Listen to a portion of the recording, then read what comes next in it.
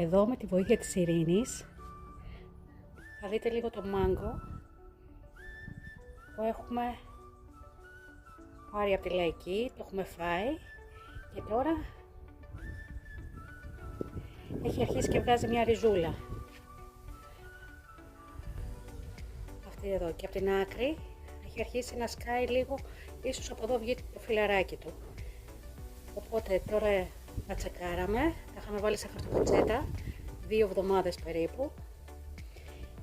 Αυτό είναι το δεύτερο, γιατί έχουμε 2 εναλλακτικές, αυτό δεν έχει μεγάλη ρίζα ακόμα. Οπότε τώρα η Ειρήνη θα πάρει ένα-ένα, θα το ξαναβάλουμε στη χαρτοπετσέτα, λέω να το αφήσουμε ακόμα καμιά εβδομάδα, προσεκτικά το διπλώνει στη μέση για να μην σπάσει η ριζούλα του.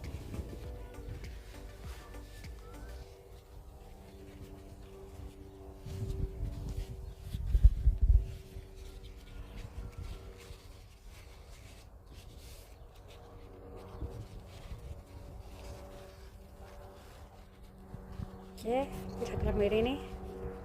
Θα ρίξουμε λίγο νερό. Να κρατάμε σε υγρασία τη χαρτοπετσέτα.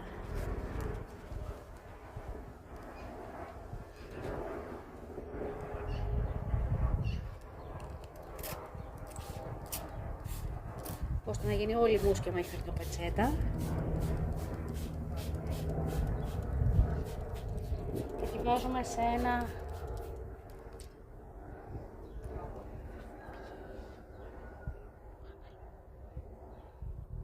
αλλά κάνουμε και το δεύτερο, θα το βάλουμε σε ένα κυπελάκι, σε κάτι για να κρατάει υγρασία.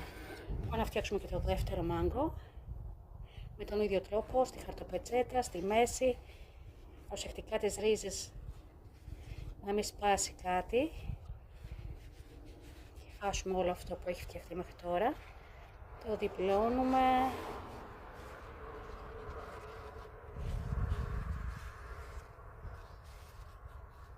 Πάλι με τον ίδιο τρόπο ποτίζουμε και το δεύτερο, κρατώντας τη χαρτοπετσέτα υγρή.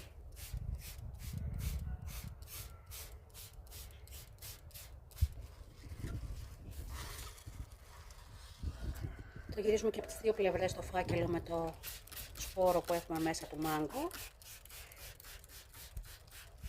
Και τι θα κάνουμε τώρα, Ειρήνη? Θα το βάλουμε μέσα σε αυτό το σοκολάτι. Για να κρατήσουν την υγρασία και να μην στεγνώσει γρήγορα η χαρτοπετσέτα.